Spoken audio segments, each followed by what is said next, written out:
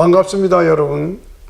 손영식 목사 성경 강해 오늘은 제 46편이 되겠습니다. 오늘은 2020년 6월 26일입니다. 긴 역사 속에서 무엇을 기준으로 해서 오늘 날짜가 나왔습니까? 예수님을 기준으로 한 것입니다. 왜 예수님을 기준으로 합니까? 예수님이 부활하셨기 때문입니다. 기독교 신앙의 중심은 부활입니다. 부활이 있기 때문에 우리가 예수님을 믿는 것입니다. 이 부활하신 것은 역사적인 사실이고, 부활하셨기 때문에 예수님이 하나님의 독생자라는 것이 증명됐고, 부활하셨기 때문에 이 독생자가 인간의 죄를 위해서 대신 죽어주셨다는 복음이 증명됐고, 부활하셨기 때문에 예수님은 천여 만의 몸을 빌어 이 땅에 오신 사람도 되고 하나님도 되는 양성의 소유자라는 것이 증명됐고, 그 양성의 소유자 되신 예수님이 우리 죄를 위해서 죽으셨기 때문에 믿기만 하면 공로 자격이 없어도 은혜로 구원받는다. 그리고 구원받은 우리에게는 예수님처럼 나도 부활한다. 나도 부활한다. 이것이 부활의 중요성이 강조되는 것입니다. 우리가 전도를 해보면은 예수님이 육체를 입고 이 땅에 오셨다. 그 말이 참 이해가 안 간다라는 말씀을 많이 합니다. 말도 안 된다. 어떻게 하나님이 사람으로 오신단 말이냐? 왜 육신을 입은 사람의 모습으로 이 땅에 오셔야만 했는가? 다른 것도 없습니다. 인간의 죄 문제를 해결하기 위해서 속죄제물로, 희생제물로, 어린 양으로 죽기 위해서 오신 분이 예수님이십니다. 성경은 제사의 흐름입니다. 피의 흐름입니다. 제사를 통해서, 피를 통해서 제사함이 이루어지는 것입니다. 성경의 원칙은 피 흘림이 없은즉 사함이 없다는 것이 원칙입니다. 그래서 구약의 제사는 짐승의 피, 어린 양의 피 중심이었어요.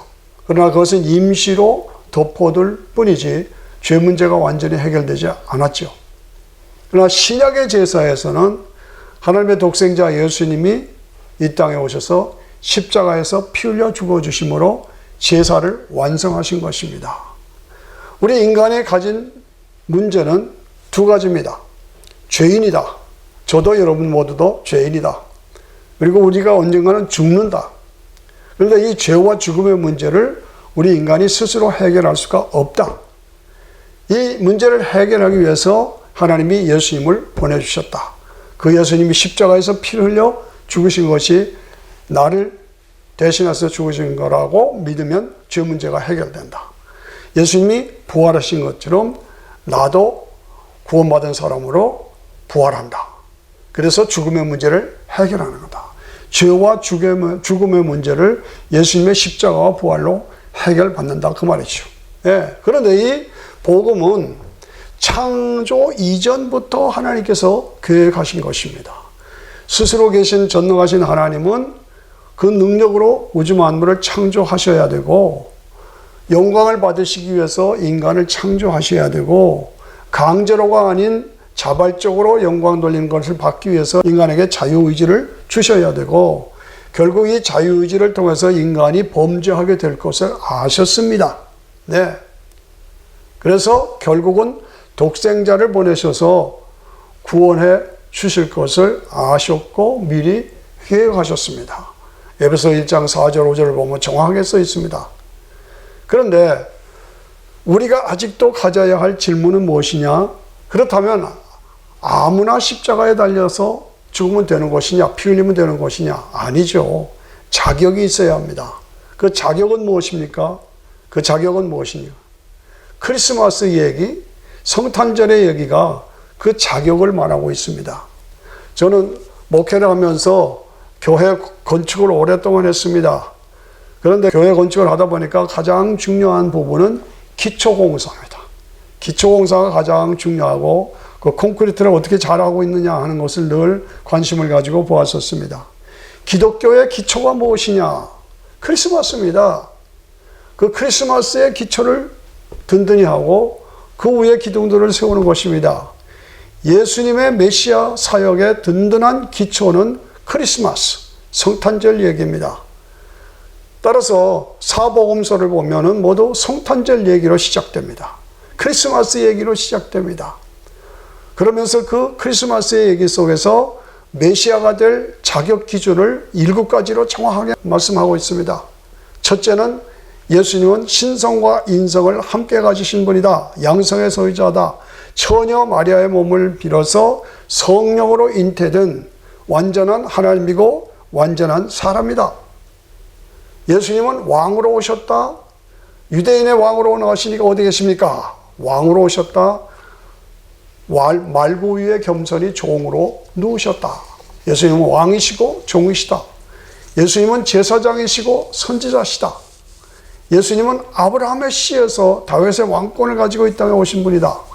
예수님은 인간이시다. 완전한 인간이시다. 그러나 죄는 없으시다. 왜? 인간이면 죄가 있는데. 아니다. 성령께서 처녀 마리아의 몸에 임신한 그 아기의 몸에 그 아기집까지 덮으셔서 원죄도 들어오지 못하게 하셨다. 놀라운 얘기입니다. 예, 죄가 없으시다. 예수님은 예수 임마누엘, 인간의 죄 문제를 해결한 구원자로 오셨고 우리와 함께 하시기 위해서 이 땅에 오신 것이다. 그리고 이 모든 예수님에 대한 사건은 예언이고 그 예언이 완성됐다. 그리고 이것은 역사적인 사실이요 사건이다. 이러한 자격을 7가지 자격을 가진 그 자격으로 예수님이 십자가에서 죽으셔서 3일 만에 부활하셨어. 그것이 나를 위한 것으로 마음으로 믿고 입으로 시인하면 죄사함이 이루어지고 믿음과 은혜로 하나님의 자녀로 살다가 천국 들어가는 것입니다. 결국 죽으시고 부활하시기 위해서는 육체를 입고 인간의 모습으로 이 땅에 오셔야만 했다는 것입니다. 따라서 기독교만이 가진 이 신앙, 세상 종교가 가지지 못한 기독교의 탁월성은 십자가와 부활은 확실하다, 분명하다, 완전하다, 유일하다. 하나님이시라도, 전능하신 하나님이시라도 독생자를 이 땅에 보내셔서 구원하시는 것이 가장 좋은 방법이기 때문에 독생자를 보내신 것이다. 어떻게 하나님이 사람이 되느냐, 어떻게 십자가에 죽었다가 살아나느냐, 어떻게 하나님이 인간을 위해서 죽냐, 어떻게 3일 만에 부활하느냐. 하나님이시니까, 우주 만물을 창조하신 전능하신 하나님이시니까 이것이 가능하단 말이죠.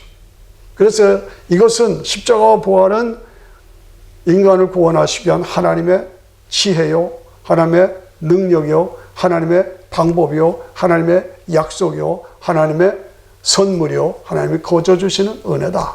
그렇죠? 그래서 이 십자가와 부활을 믿는 것 외에는 다른 구원의 길이 없다. 오직 예수님뿐이다. 예. 그러나 이 중요한 것은 이 신비한 이야기들이 우화나 신화나 설화나 전설적인 얘기가 아닙니다. 역사 속에서 있었던 역사적인 사실이고 그 역사는 미리미리 수백 년, 수천 년 전에 있으리라고 예언한 사실이고 그 예언이 성취된 사건이고 그래서 인간을 구원하시기 위한 하나님의 사건의 복음이고 그 복음이 모든 인간에게 주어졌지만은 모든 사람이 다 믿는 게 아니다.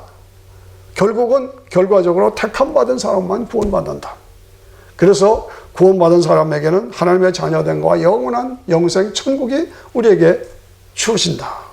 이것이 복음입니다. 그러므로 이 확실하고 분명한 이 복음을, 구원의 복음을 소홀히 여기거나 난 몰라, 애매하거나 아니다, 거절하거나 난 관심 없어, 무관심하거나 그래서는 안 됩니다. 안 됩니다. 성경은 분명하게 선포합니다. 한 번 죽는 것은 정한 것이요 그 후에는 심판이 있다. 심판이 있다. 심판은 그 예수 하나님의 독생자를 믿었느냐 안 믿었느냐가 기준이에요. 안 믿었으면 심판받습니다. 믿었으면 영원한 천국에서 영광을 누리게 되는 것입니다. 사랑하신 여러분들, 저는 간절한 마음으로 여러분들을 영생으로 초대하고 싶습니다. 여러분들 다 신앙생활하고 갔지만 구원의 확신을 가지고 예수님을 영접하고 구원받은 천국 시민으로 살고 계십니까? 네. 그렇지 않으면 새롭게 늘 확인해야 합니다. 우리 한국, 우리 조상들은 참 지혜롭죠. 사람이 죽으면 죽었다 그러지 않고 지혜롭게 말해요. 돌아가셨다라고 얘기해요. 돌아가셨다. 다시 온대로 다시 갔다 그 말입니다. 육체는 땅으로 가고 영혼은 낙원으로 가는 것입니다. 그러다가 주님이 재림하실 때 그 썩었던 몸이 다시 회복됩니다. 그리고 낙원에 가 있는 영혼을 데리고 오십니다. 마치 나비가 어떻게 되느냐? 애벌레였잖아요. 애벌레가 가다가 보면 번데기가 되잖아요. 그러다가 거기서 나와서 나비가 돼서 찬란한 영광을 누리는 것처럼 그런 과정을 통해서 우리 인간이 영원한 천국에 들어가는 것입니다. 이런 확신을 가졌습니까? 그렇다면 그 확신을 가지고 사명을 감당해서 아직도 구원받지 못한 사람들을 구원하고 전도와 선교의 삶으로 우리의 삶을 드려야 합니다. 그렇습니다. 내가 이렇게 구원받았고 믿음을 가지고 하나님의 사람이 되었는데 이것을 끝까지 지키는 것이 쉽지 않습니다. 왜 그러냐? 마귀, 사탄이 계속 공격하고 유혹하는 것입니다. 마귀, 사탄의 세력, 기독교를 공격하고 성도들을 그냥 편안히 예수 믿도록 놔두지 않아요. 계속 공격하고 파괴시킵니다. 오늘 기독교를 대적하는 대표적인 마귀의 세력들을 우리가 꼽는다면 첫째가 진화론입니다. 두 번째가 동성연애입니다. 세 번째가 모슬렘입니다. 네 번째가 WCC입니다. 다섯 번째가 공산주의입니다. 예. 진화론은 뭡니까? 진화론은 이 우주 만물이 우연히 생겼다는 겁니다. 엄청난 세월을 거쳐서 진화됐다는 얘기입니다. 거기에 지성인들이 혼란을 겪고 있습니다. 저는 비행기를 타길 좋아합니다. 많이 여행을 다녔기 때문에 비행기를 탈수록 신비합니다. 이 엄청난 비행기가 어떻게 공중을 또 날아갑니까? 그것도 전혀 흔들림이 없이 14시간 가죠. 그런데 이 비행기의 부품이 얼마나 많습니까? 부속품이 얼마나 정교합니까?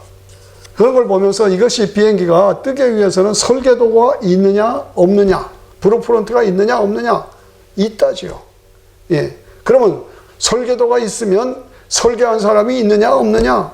설계한 사람이 있죠.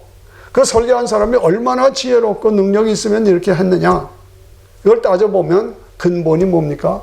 창조주 하나님이 계시다 그 말이에요. 그래서 우주 만물에 하나님의 능력과 신성이 가득 차 있는 걸 우리가 볼 수가 있어요. 때문에 너희가 나중에 몰라서 못 믿었다고 핑계하지 못한다고 말씀합니다. 그렇습니다. 두 번째, 동성연애. 동성연애는 타락의 결과입니다. 타락해서 음란에 빠지고 음란의 도가 지나면 동성연애에 빠지고 동성연애에 빠지면 젠더로 바뀝니다. 젠더라는 거는 내가 남자냐 여자냐 그거 상관없이 내가 남자라도 나는 여자다 그러면 여자는 거예요. 내가 여자라도 나는 남자다. 남자로 살기로 했다 그러면 남자예요. 이런 식으로 지금 이렇게 파멸되고 부패된 것이 오늘의 모습입니다. 이 동성연애는 하나님이 가장 싫어하시는 것이 가장 가증되게 여기시는 것이 동성연애입니다. 왜? 하나님의 창조의 질서를 파괴하는 것이기 때문입니다. 예. 태어날 때부터 그런 경향으로 태어났다라고 하는 사람이 있습니다. 아닙니다. 그것은 타락의 결과로 나온 것이지 하나님이 그렇게 창조하신 거 아닙니다. 한 남자와 한 여자를 창조하시고 생육하고 번성하라. 그래서 하나님께서는 경건한 가정을 이루시기를, 자손들을 이루시기를 원하신 것입니다. 인간이 삶에 부유해지면, 살만해지면 딴짓거리 합니다. 딴짓거리의 가장 처음으로 나오는 것이 음란입니다. 음란이 덜해지면 동성연애로 갑니다. 동성연애로 가면 젠더로 갑니다. 오늘의 그 모습입니다. 그리고 결국 파멸되는 것입니다.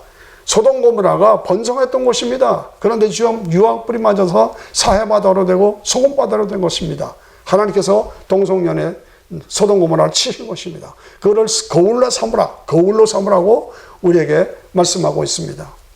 얼마 전에 트럼프 대통령이 트랜스젠더 법안을 가결됐던 것을 취소한다, 철회한다라고 선포했습니다.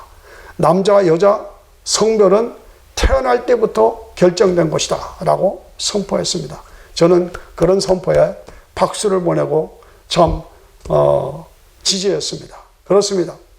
모슬렘은 뭡니까? 모슬렘은 오늘 현재 무섭게 기독교를 공격하는 마귀의 세력입니다.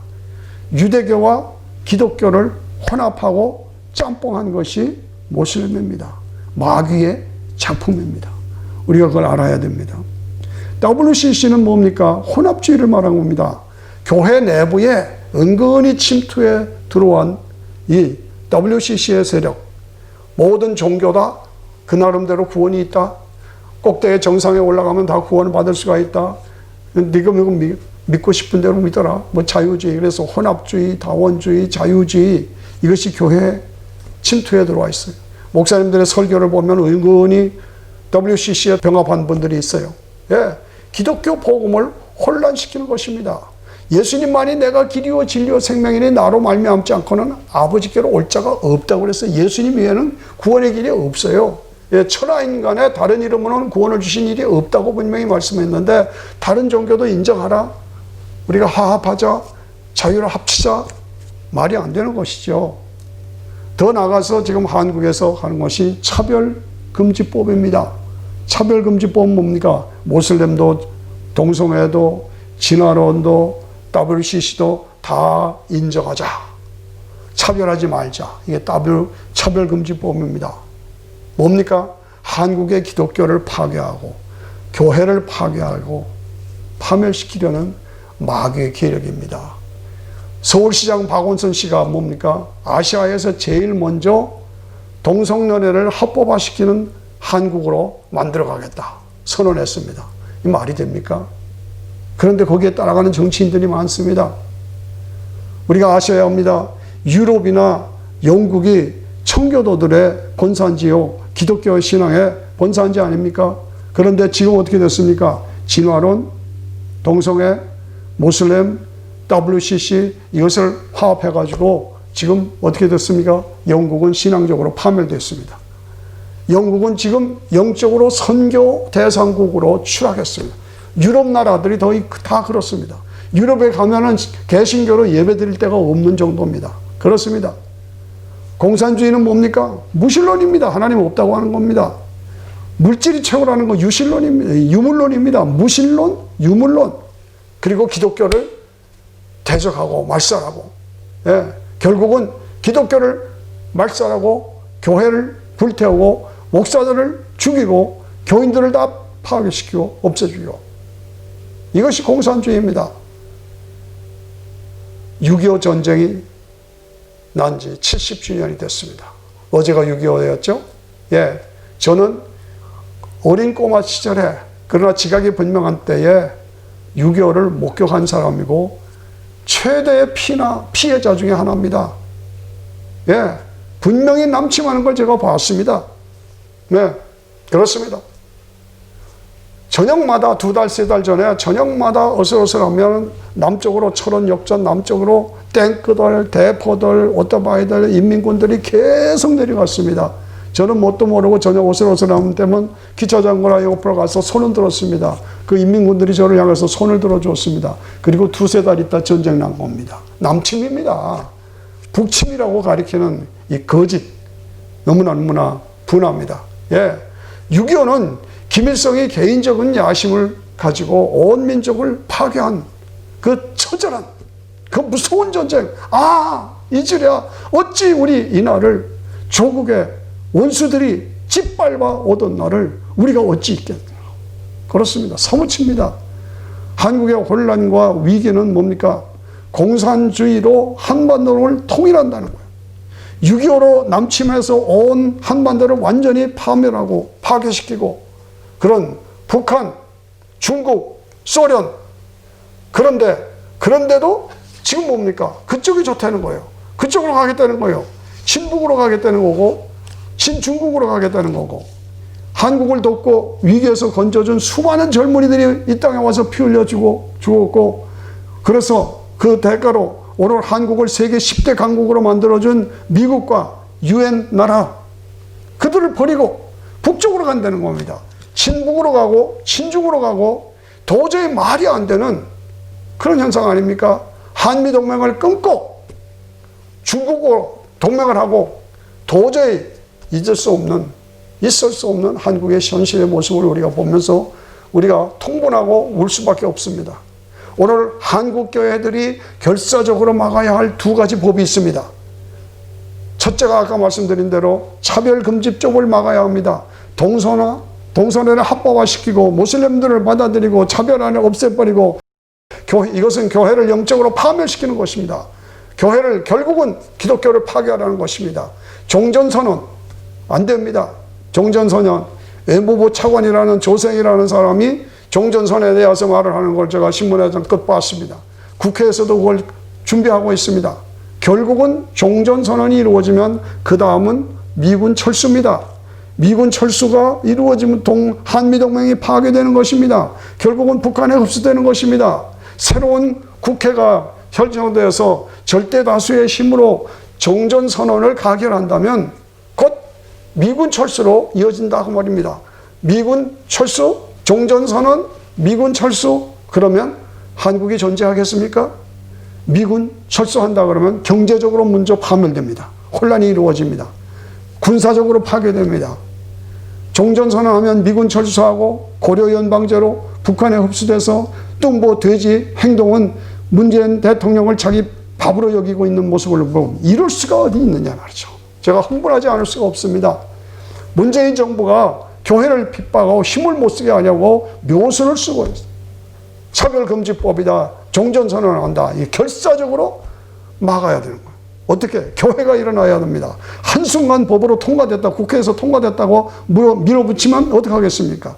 한국 교회들이 정신 차려야 합니다. 한국을 살릴 수 있는 교회밖에 없습니다. 교회들이 잠잠하면 안 됩니다. 한국 교회 일어나서 마귀를 대적하고 물리쳐야 합니다.